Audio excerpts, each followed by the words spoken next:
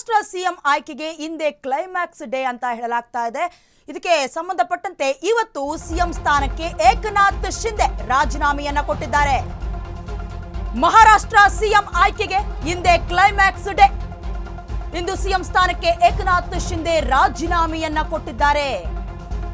ಮಹಾಸಿಂಹಾಸನಕ್ಕಾಗಿ ಏಕನಾಥ್ ಶಿಂದೆ ಹಾಗೂ ದೇವೇಂದ್ರ ಫಡ್ನವೀಸ್ ನಡುವೆ ರೇಸ್ ನಡೀತಾ ಇದೆ. 231 ಸ್ಥಾನಗಳಲ್ಲಿ ಗೆಲುವನ್ನ ಸಾಧಿಸಿತ್ತು ಮಹಾಯುತಿ ಮೈತ್ರಿಕೂಟ. ಇದರಲ್ಲಿ 132 ಸ್ಥಾನವನ್ನ ಬಿಜೆಪಿ ನಾಯಕ ದೇವೇಂದ್ರ ಫಡ್ನವೀಸ್ ಗೆದ್ದುಕೊಂಡಿದ್ರು. 57 ಶಾಸಕರ ಶಿವಸೇನೆಗೆ ಏಕನಾಥ್ ಶಿಂದೆ ನಾಯಕ.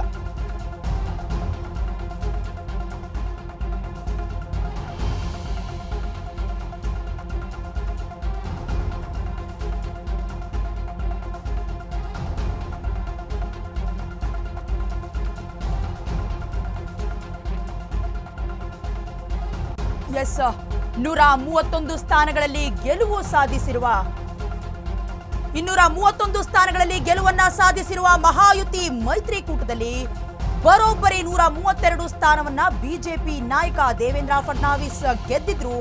ಇನ್ನು 57 ಸ್ಥಾನವನ್ನ ಶಾಸಕರ ಸಿಂಧೆ ಶಿವಸೇನೆಗೆ ಏಕನಾಥ್ ಶಿಂದೆ ಅವರ ಸ್ಥಾನ ಗೆದ್ದುಕೊಟ್ಟಿತ್ತು. ಇನ್ನು ಅಜಿತ್ ಪವಾರ್ ಅವರ ಎನ್ಸಿಪಿಗೆ 41 ಕ್ಷೇತ್ರ ಗೆಲುವನ್ನ ತಂದುಕೊಟ್ಟಿತ್ತು.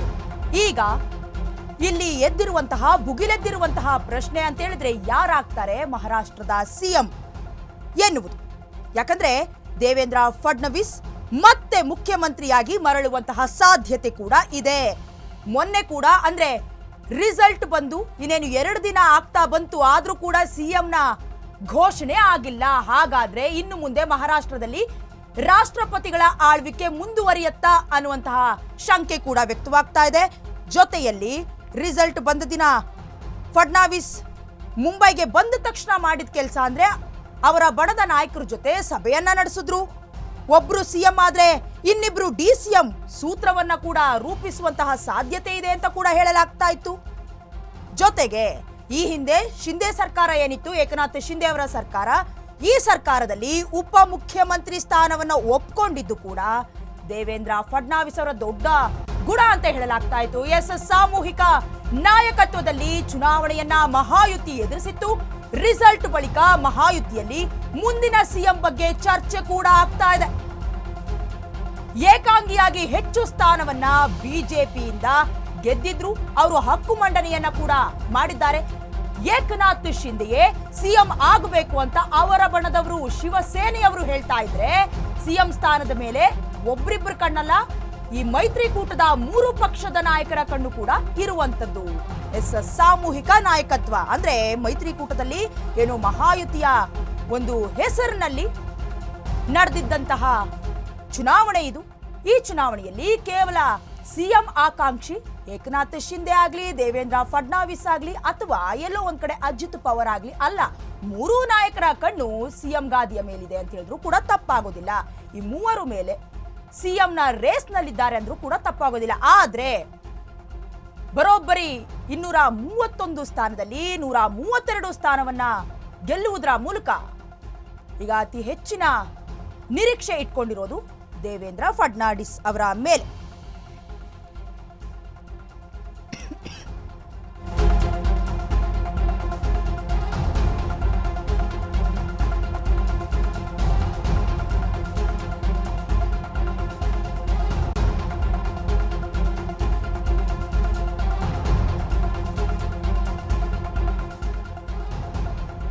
ಮೈತ್ರಿ ಧರ್ಮ ಜಾತಿ ಸಮೀಕರಣ ಫಡ್ನವೀಸ್ಗೆ ಹಾಗಾದ್ರೆ ಅಡ್ಡಿಯಾಗುವ ಸಾಧ್ಯತೆ ಇದೆಯಾ? ಯಾಕಂದ್ರೆ ಮರಾಠ ಸಮುದಾಯದ ಬೆಂಬಲ ಮತಗಳು ಬಿಜೆಪಿಗೆ ಬೇಕೇ ಬೇಕು. ಅಧಿಕಾರದ ಚುಕ್ಕಾಣಿಯನ್ನ ಹಿಡಿಬೇಕು ಅಂದ್ರೆ ಮರಾಠ ಮತಗಳ ಕಾರಣ ಶಿಂದೆಗೆ ಮತ್ತೆ ಹಾಗಾದ್ರೆ ಸಿಎಂ ಆಗುವ ಅಧಿಕಾರ ಸಿಗತ್ತಾ? ಮುಂದೆ ಸ್ಥಳೀಯ ಸಂಸ್ಥೆ ಹಾಗೂ ಬಿಎಂಸಿ ಚುನಾವಣೆ ಕೂಡ ನಡೆಯುವ ಹಂತದಲ್ಲಿದೆ. ಇದನ್ನೆಲ್ಲವನ್ನ ಕೂಡ ಅಬ್ಸರ್ವ್ ಮಾಡಬೇಕಾಗತ್ತೆ ಸಿಎಂ ಮಾಡೋದಕ್ಕಿಂತ ಮುಂಚೆ. ಮುಂಬೈ ನಗರದಲ್ಲಿ ಮರಾಠ ಮತಗಳೇ ನಿರ್ಣಾಯಕ ಮತಗಳು. ಈ ಹಿನ್ನೆಲೆಯಲ್ಲಿ ಶಿವಸೇನೆಗೆ ಸಿಎಂ ಸ್ಥಾನವನ್ನ ಕೊಡುವಂತಹ ಸಾಧ್ಯತೆ ಕೂಡ ಹೆಚ್ಚಾಗಿದೆ. ಮಹಾರಾಷ್ಟ್ರದಲ್ಲಿ ಮರಾಠರ ಮತಗಳೇ ಫೈನಲ್, ಅದೇ ನಿರ್ಣಾಯಕ. ಯಾಕಂದ್ರೆ ಪ್ರಭಾವಿಗಳ ಮೇಲೆ ಮರಾಠಿಗರು ವ್ಯಕ್ತಿಗಳ ಮೇಲೆ ನಿರ್ಣಾಯಕ ಮತಗಳನ್ನ ಅಥವಾ ಅವರನ್ನ ಡಿಸೈಡ್ ಮಾಡುವಂಥದ್ದು ಇರುತ್ತೆ. ಯಾಕಂದ್ರೆ ಇನ್ನು ಮುಂದೆ ಸ್ಥಳೀಯ ಸಂಸ್ಥೆ ಹಾಗೂ BMC ಚುನಾವಣೆ ಕೂಡ ಇರೋದ್ರಿಂದ ಇಲ್ಲಿಗೆ ಬೇಕಾಗಿರೋದು ಮರಾಠ ಮತ ಬ್ಯಾಂಕ್. ಇದನ್ನ ಕೂಡ ಗಮನದಲ್ಲಿಟ್ಕೊಂಡು ಮುಂದಿನ CM ಯಾರಾಗ್ತಾರೆ ಅನ್ನೋದನ್ನ ಡಿಸೈಡ್ ಮಾಡಬೇಕಾಗತ್ತೆ.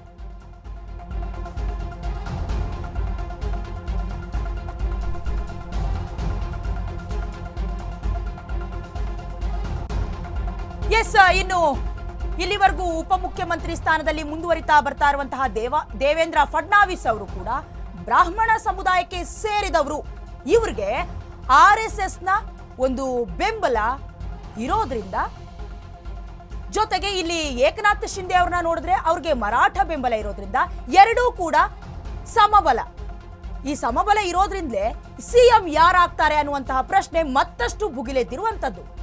ಒಂದು ಕಡೆ RSS ಸಪೋರ್ಟ್ ಕೂಡ ಬೇಕು. ಯಾಕಂದ್ರೆ ಬಿಜೆಪಿ ಇಷ್ಟು ಮಟ್ಟಿಗೆ ಸ್ಥಾನವನ್ನ ಗಿಟ್ಟಿಸಿಕೊಳ್ಳುವಲ್ಲಿ ಸಫಲವಾಗಿದೆ ಅಂದ್ರೆ ಎಲ್ಲೋ ಒಂದು ಕಡೆ RSS ಅವರ ಬೆಂಬಲವೇ ಮುಖ್ಯ. ಯಾಕಂತ ಹೇಳಿದ್ರೆ ಅವರು ಬೀದಿ ನಾಟಕದ ಮೂಲಕ ಹಾಗೆ ಜನಜಾಗೃತಿಯ ಮೂಲಕ ಮತದಾರರನ್ನ ಉತ್ತೇಜಿಸಿದ್ದು, ಕರ್ನಾಟಕದ ಮಾದರಿಯಲ್ಲೇ ಅಧಿಕಾರದ ಹಂಚಿಕೆ ಕೂಡ ಸಾಧ್ಯತೆ. 50:50 ಮಾದರಿಯಲ್ಲಿ CM ಸ್ಥಾನ ಹಂಚಿಕೆ ಮಾಡುವಂತಹ ನಿರೀಕ್ಷೆ ಕೂಡ ಇದೆ. ಬಿಜೆಪಿಗೆ CM ಸ್ಥಾನವನ್ನ ನೀಡಿ ಮಿತ್ರ ಪಕ್ಷಗಳಿಗೆ DCM ಸ್ಥಾನವನ್ನ ಕೂಡ ನೀಡಬಹುದು. ಕೇಂದ್ರದಲ್ಲಿ ಮಿತ್ರ ಪಕ್ಷಗಳಿಗೆ ಅಧಿಕಾರವನ್ನ ಕೂಡ ನೀಡುವಂತಹ ಸಾಧ್ಯತೆ ಇದೆ. ಬಿಜೆಪಿಯಿಂದ ಅಚ್ಚರಿ ವ್ಯಕ್ತಿಗೂ ಕೂಡ CM ಸ್ಥಾನವನ್ನ ನೀಡುವಂತಹ ನಿರೀಕ್ಷೆಗಳು ಕೂಡ ಇದಾವೆ. CM ಆಗಿ ಶಿಂದೆ ಮುಂದುವರೆದ್ರೂ ಕೂಡ ಯಾವುದೇ ಅಚ್ಚರಿ, ಯಾವುದೇ ಆಶ್ಚರ್ಯ ಇಲ್ಲ. ಜೊತೆಯಲ್ಲಿ ನಿತಿನ್ ಗಡ್ಕರಿ ಬಗ್ಗೆಯೂ ಕೂಡ RSS ನಲ್ಲಿ ಚರ್ಚೆಗಳು ಆಗ್ತಾ ಇದೆ. ಇನ್ನು ಮಹಾರಾಷ್ಟ್ರದಲ್ಲಿ ಯಾರಾಗ್ತಾರೆ CM ಅನ್ನುವಂತ ಪ್ರಶ್ನೆಗೆ ಎಲ್ಲೋ ಒಂದ್ ಕಡೆ ಕರ್ನಾಟಕದ ರೀತಿಯಲ್ಲಿ ಇಲ್ಲೂ ಕೂಡ ರಚನೆ ಮಾಡಬಹುದು ಆಡಳಿತವನ್ನ ಅಂತ ನೋಡಬಹುದು. ಯಾಕಂತ ಹೇಳಿದ್ರೆ ಈಗ ಯಾರು ಅತಿ ಹೆಚ್ಚಿನ ಸ್ಥಾನವನ್ನ ಗಿಟ್ಟಿಸಿಕೊಳ್ಳುವಲ್ಲಿ ಸಫಲರಾಗಿದ್ದಾರೆ ಅವರ ಕಡೆಯಿಂದ ಒಬ್ರನ್ನ, ಅಂದ್ರೆ ದೇವೇಂದ್ರ ಫಡ್ನಾವಿಸೇ ಆಗಬೇಕು CM ಅಂತಲ್ಲ, ಆ ನಾಯಕರ ಬಣದಲ್ಲಿ ಯಾರಾದ್ರೂ ಒಬ್ಬರನ್ನ CM ಆಗಿ ಆಯ್ಕೆ ಮಾಡಬಹುದು. ಹಾಗೆ ಅವರ ಒಂದು ಮೈತ್ರಿಕೂಟದಲ್ಲೇ ಇರುವಂತಹ ಇನ್ನೊಂದು ಪಕ್ಷದವರಿಂದ ಉಪಮುಖ್ಯಮಂತ್ರಿಯನ್ನ DCM ಅನ್ನ ಆಯ್ಕೆ ಮಾಡುವಂತಹ ಸಾಧ್ಯತೆ ಇದೆ. ಒಟ್ಟಾರೆಯಾಗಿ 50:50 ಒಂದು ಹಂಚಿಕೆಯಲ್ಲಿ CM ಹಾಗೆ DCM ಯಾರಾಗ್ತಾರೆ ಅನ್ನೋದನ್ನ ಕಾದು ನೋಡಬೇಕು. ಜೊತೆಯಲ್ಲಿ RSS ನಿಂದ ನಿತಿನ್ ಗಡ್ಕರಿ ಅವರ ಹೆಸರು ಕೂಡ ಕೇಳಿ ಬರ್ತಾ ಇದೆ.